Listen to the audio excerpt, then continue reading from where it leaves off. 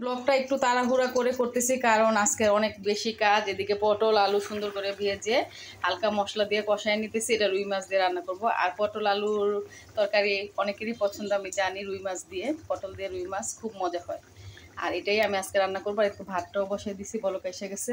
আসসালামু আলাইকুম এভরিওয়ান, আশা করি যে যেখানে আছেন অনেক ভালো আছেন। আলহামদুলিল্লাহ আমিও ভালো আছি।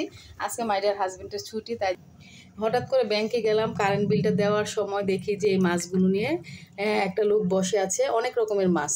এগুলি নাকি বিলের মাছ, খুবই ভালো মাছগুলো। আর এখান থেকে অনেকগুলো আমি পুঁটি মাছ পাইছি, বড় বড়। আর পুঁটি মাছগুলো খুবই সুন্দর, তরতাজা। এখন এই পুঁটি মাছগুলো সুন্দরভাবে কেটে ধুয়ে পরিষ্কার করে রাখবো। একদিন এটা দিয়ে চচ্চড়ি রান্না করবো, টক রান্না করতে পারবো, অনেক কিছুই পুঁটি মাছের রেসিপি আমি তৈরি করি। তো পুঁটি মাছটা আমার বেশি পছন্দ, হাজব্যান্ডের একেবারে পছন্দ না, যেহেতু এটাতে অনেক কাটা থাকে।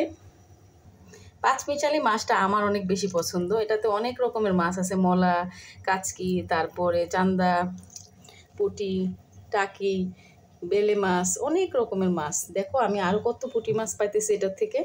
অনেকগুলো আমার পুঁটি মাছ হয়ে গেছে। আর চান্দা মাছগুলো বেশ বড় বড়, এই যে চান্দা মাছগুলো বেশ বড় বড়। এখন আমি এগুলো সব আলাদা করে, দেখো এটা মলা মাছ। এখানে অনেক টাইপের মাছ আছে, বুঝছো? আমি যেটা বলতেছি, আপুরা দেখো কত সুন্দর এই মাছগুলো। সব আপুদের পছন্দ, আমি জানি। মেয়েদের এই মাছগুলো বেশি পছন্দ, ছেলেরা তেমন বেশি পছন্দ করে না। আর এদিকে করলা ভাজি করব, 5টা করলা নিয়েছি। এখন সুন্দর করে করলাগুলো রেডি করব ভাজি করার জন্য। আর রুই মাছ যেহেতু পটল দিয়ে রান্না করব, অলরেডি রুই মাছগুলি আমি ভেজে নিছি। আর সবসময় মোটা লবণ দিয়ে আমি মাছ ধুই। মোটা লবণ দিয়ে মাছটা ধুলে মাছে কোনো গন্ধ থাকে না, খুবই স্মেলটা সুন্দর থাকে মাছের, একদম টাটকা টাটকা মাছ এগুলো। এই মাছগুলো সবসময় আমার হাজবেন্ড নদীর মাছ আনে। রুই মাছটা একেবারে নদীর টাটকা, এটা হলো হাজি ক্যাম্প বাজার থেকে নিয়ে আসছে। আর এই পুঁটি মাছগুলো আমি এলাকার 30 সালের মাছ নাকি, লোকটা বলল খুবই মজার মাছ নাকি। তো আমাকে সেদে দিয়ে দিল, আপু নেন নেন, তাই জন্য নিয়ে নিলাম। আর এদিকে আজকে বাবুদের রুম থেকে প্রচুর ময়লা বের করছি আমি আর হাজব্যান্ড মিলে। মাই ডিয়ার হাজব্যান্ড আর আমি আজকে পুরা ঘর পরিষ্কার করছি। এই যে পর্দা টর্দা ঝেড়ে একদম খাটের চিপা চাপায় সব ময়লা বের করছি, কারণ হেল্পিং হ্যান্ডরা প্রতিদিন কিন্তু এই ময়লাগুলো বের করে না, তাই জন্য কিন্তু প্রচুর খাটের নিচে ধুলাবালি গিয়ে একটা ময়লা হয়ে যায়। তো আজকে এই বাবুদের রুমটা ক্লিন করেছি, যেহেতু ওরা বাসায় নাই।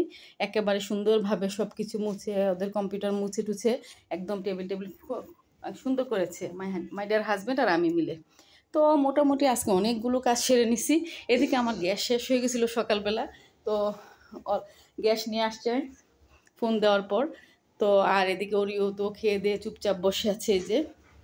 আর ওরিও অনেক কিছু খায় না, খুব বেছে বেছে খায়। আর আমি যে গাছগুলো আনছিলাম ভার্সিটি থেকে, সে কত মাস হয়ে গেল না, প্রায় 2-3 মাস। তো সেই গাছগুলো আজকে বালতিতে লাগিয়ে দিলাম। টব, মানে এটা টব বালতি আর কি, এটা আমি কিনে নিয়ে আসছিলাম। এই বালতিগুলি সুন্দর। আর এগুলোতে গাছ লাগাইতে না অনেক বেশি ভালো লাগে। এই যে গন্ধরাজটা আমি আরও আগে লাগাইছিলাম, এই 2টা গাছ আজকে লাগাইছি। এই যে আরও একটা গাছ লাগানো বাকি আছে, আরেকটা আজকে নিয়ে আসবো আবার বাইরে গেলে। তো মাশাআল্লাহ দিলে আলহামদুলিল্লাহ আমার সবগুলো গাছই ভালো আছে, দোয়া করবেন। আর এই তো সবাই ভালো থাকবেন, আল্লাহ হাফেজ, আসসালামু আলাইকুম সবাইকে।